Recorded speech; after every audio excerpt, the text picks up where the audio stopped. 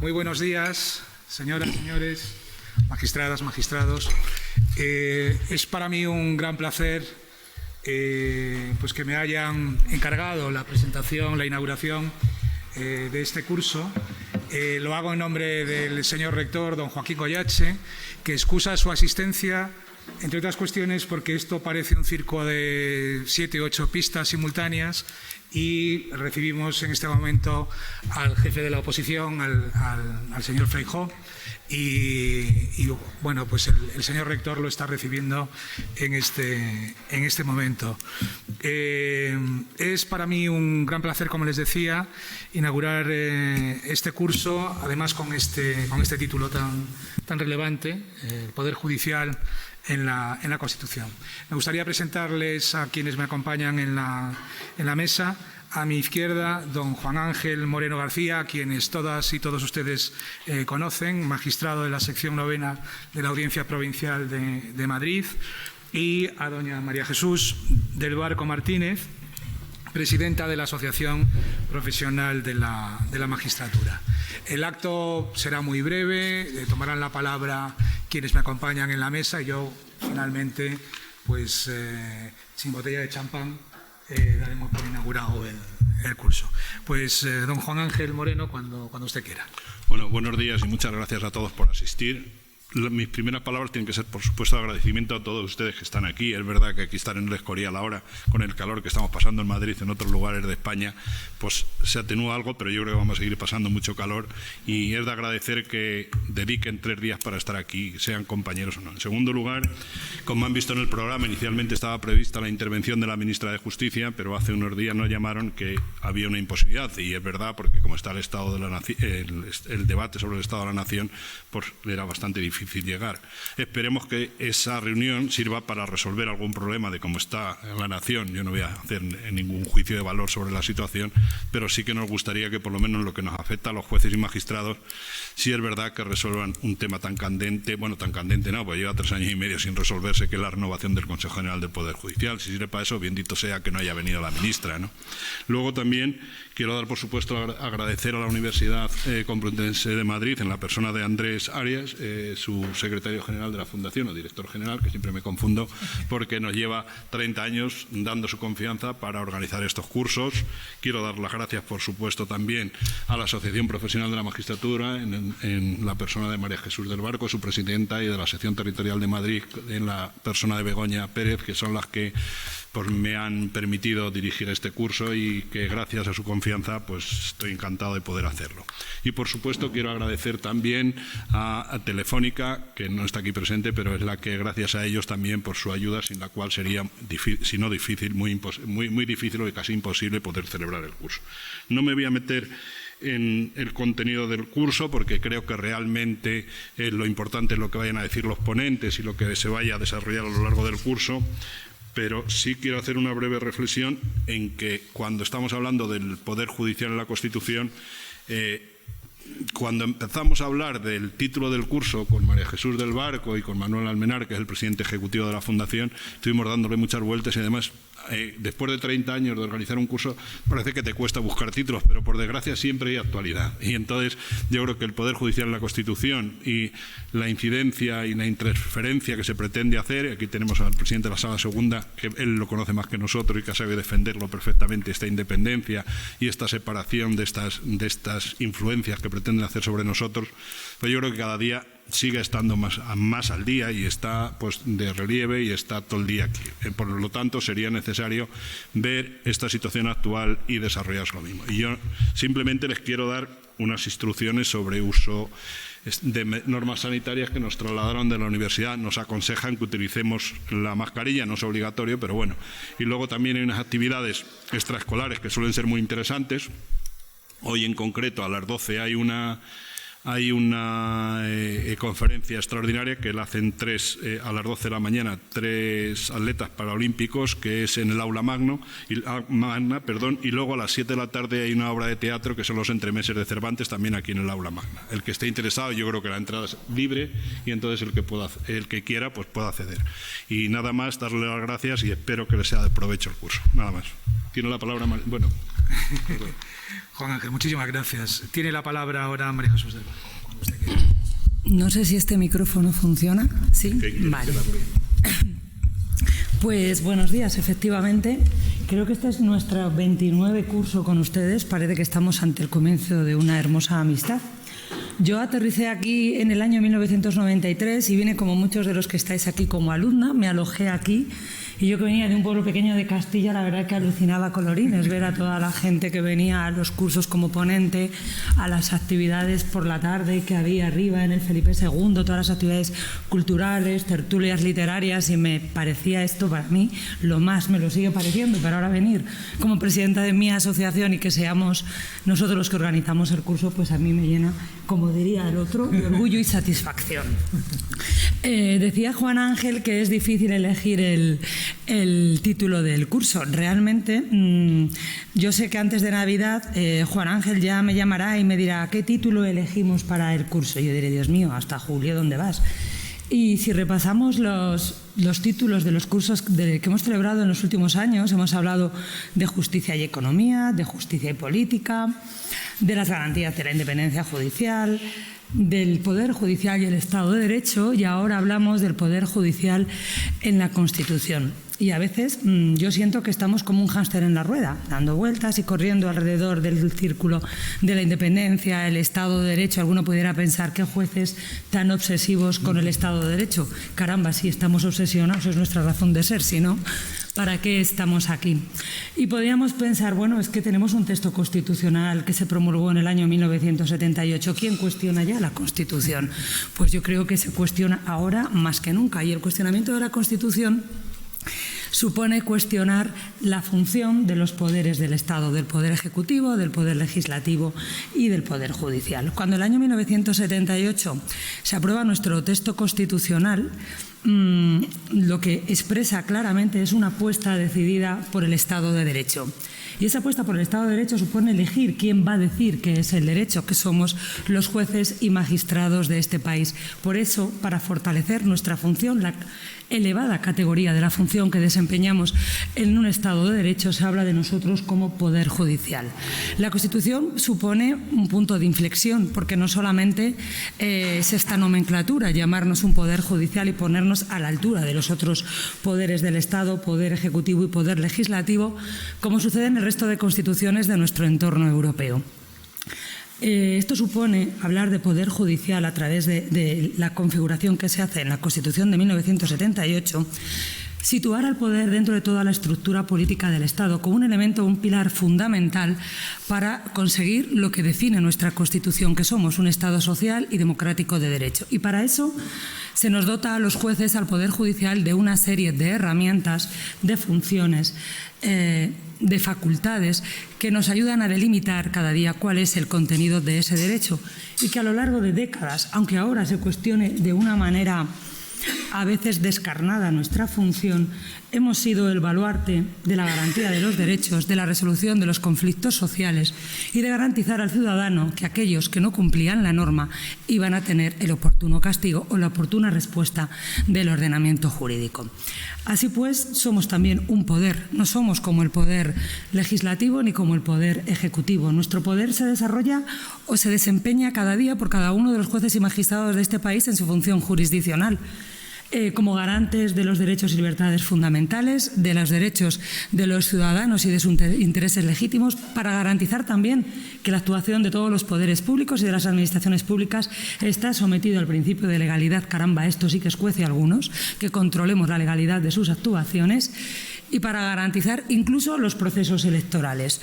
El Poder Ejecutivo y el Poder Legislativo podríamos decir que representan la actualidad política del Estado. Hay que renovarles cada 4 años, cuando, bueno, a veces cada menos tiempo, porque vivimos en una etapa de continuos procesos electorales.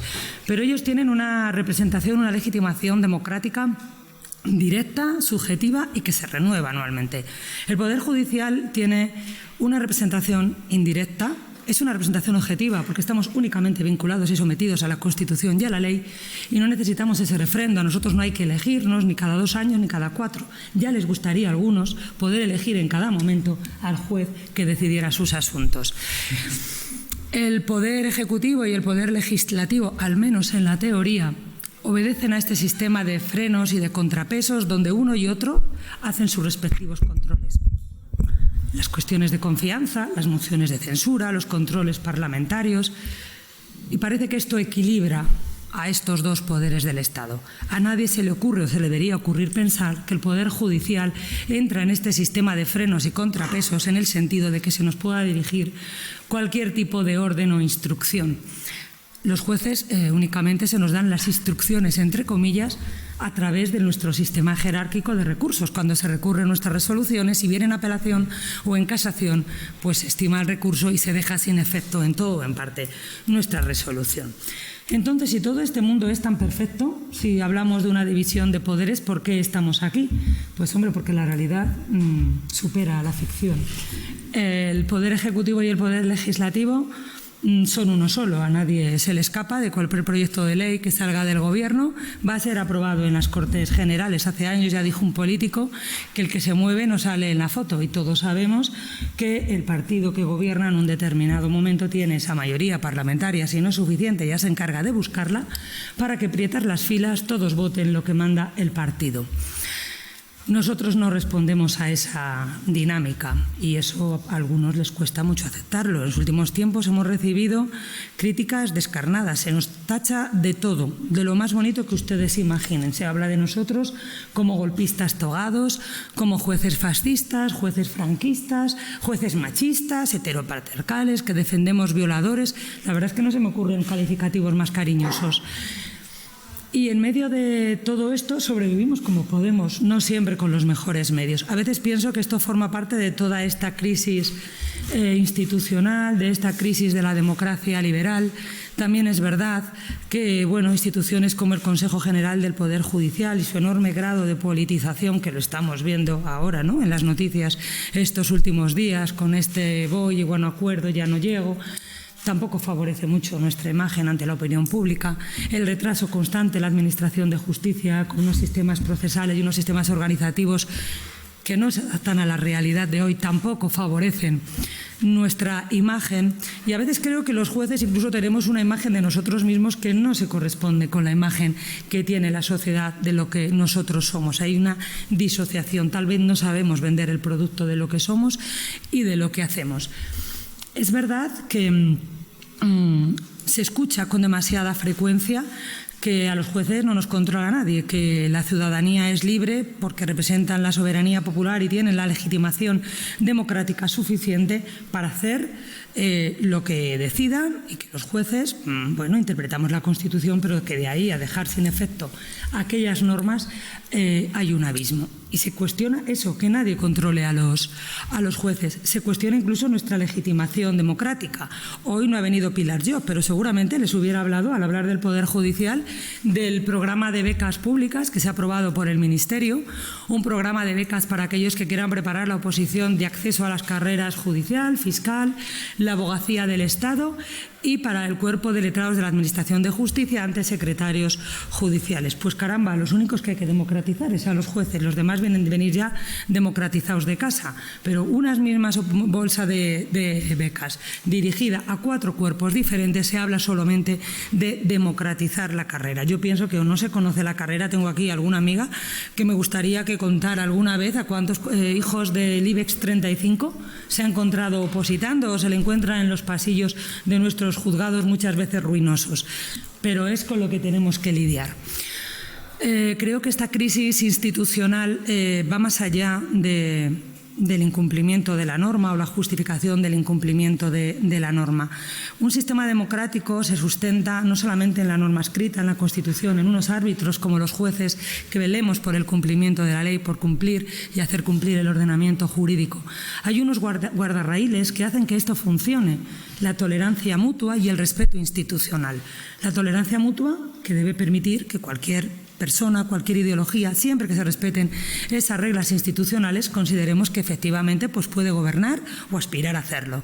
Y el respeto institucional supone que no todo lo que se puede hacer a lo mejor debe hacerse, porque el espíritu de la ley no permite que eso se haga. En estos días probablemente se apruebe otra reforma de la Ley Orgánica del Poder Judicial. Esto es como los 4 corazones de Jardiel Poncela. Es una ley orgánica con freno y marcha atrás. El año pasado, el 29 de marzo, se aprobaba la Ley Orgánica 4/2021.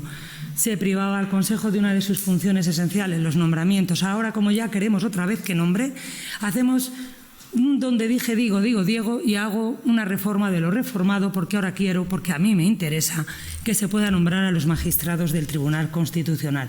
Esto puede hacerse, hombre, nuestra Constitución obliga a que cualquier reforma que afecte a la ley orgánica se haga con mayoría absoluta. Con mayoría absoluta formalmente puede hacerse. Pero ¿es esto el espíritu de la Constitución? ¿Es el espíritu de la ley? ¿Esto es retorcer la norma hasta moldearla para nuestro capricho o interés político? Posiblemente la norma llegue a ser incluso constitucional, porque al final, como tú configures el constitucional, que a nadie se le escapa que es el objetivo de esta reforma que se votará estos días, así diremos si una norma es o no constitucional. Y esto va a ser muy importante y muy grave para resolver cuestiones que van a afectar a la estructura política del Estado y a cuestiones esenciales de los derechos y libertades fundamentales de los ciudadanos. Así que no perdamos ese guardarraíl, porque entonces perderemos nuestra democracia. Y de eso vamos a hablar aquí, del papel del Poder Judicial, de su relación con otros poderes, incluso del papel del Consejo General del Poder Judicial. La Sala Tercera del Tribunal Supremo controla los actos del Consejo General del Poder Judicial en 2 cosas para los jueces esenciales. Por un lado, lo que preocupa a los políticos, lo único, los nombramientos y la discrecionalidad en los nombramientos. Por otro lado, cómo esa función de inspección y de la facultad disciplinaria que al Consejo General del Poder Judicial le otorga la Constitución puede afectar a la independencia judicial, como el hecho de que en la inspección diga a un juez usted tiene que poner 20, 30 sentencias o tiene que señalar los lunes, martes y miércoles, afecta a la independencia judicial. Vamos a hablar también de nuestra relación con los medios de comunicación. Les decía antes que tenemos un serio problema en la venta de nuestro producto. Realmente tenemos un producto muy bueno. Los jueces de este país trabajamos mucho, trabajamos bien, somos una justicia seria, responsable, formada, preparada, pero nos vendemos muy mal. Algunos tienen una relación de auténtico amor desbocado hacia los medios de comunicación, otros un odio y un rechazo. Quizá ha fallado la cabeza, ¿no? Un Consejo General del Poder Judicial que ha sido incapaz de comunicar lo que hace la carrera judicial y que se ha negado además sistemáticamente a tener un gabinete de comunicación real, que comunique lo que somos los jueces y que defienda nuestra independencia, que en definitiva es para lo que está el Consejo. Pero no fallemos nosotros, ¿no? Hagamos también fuertes esas relaciones con los medios de comunicación como cuarto poder. Yo también pienso que ahora a los medios de comunicación les pasa un poco como a los jueces, empiezan a ser un poder con minúscula, porque con la irrupción de las redes sociales pues han perdido ese monopolio de la comunicación y de la información, y antes los medios, también desde una responsabilidad distinta y una responsabilidad institucional, educaban a la ciudadanía en los valores constitucionales. Ahora todo el mundo opina en redes sociales, todo el mundo informa, todo el mundo cuenta, y aquí todo el mundo es cuarto poder, aunque sea en minúscula. Vamos a hablar también del siglo XXI, de nuestra actualidad judicial y de la inteligencia artificial, cómo afecta la revolución tecnológica a nuestra función jurisdiccional. El año pasado, cuando se publicaba el informe de la Comisión de Justicia sobre el Estado de Derecho en los países de la Unión Europea, hablaba de España y hablaba de los importantes avances tecnológicos que se habían producido en la Administración de Justicia. Hombre, solo podíamos avanzar, lo contrario irnos a Atapuerca, ya no nos quedaba más y pudiéramos haber nosotros sido los que encontrábamos la mandíbula. Pues sí, casi una cara muy dura que dure tantos años. Pues claro que hemos evolucionado. Ahora hacemos más videoconferencias, firmamos digitalmente y hemos heredado lo mismo que los políticos, ¿no? El plasma para celebrar juicios. Ahora somos jueces telemáticos.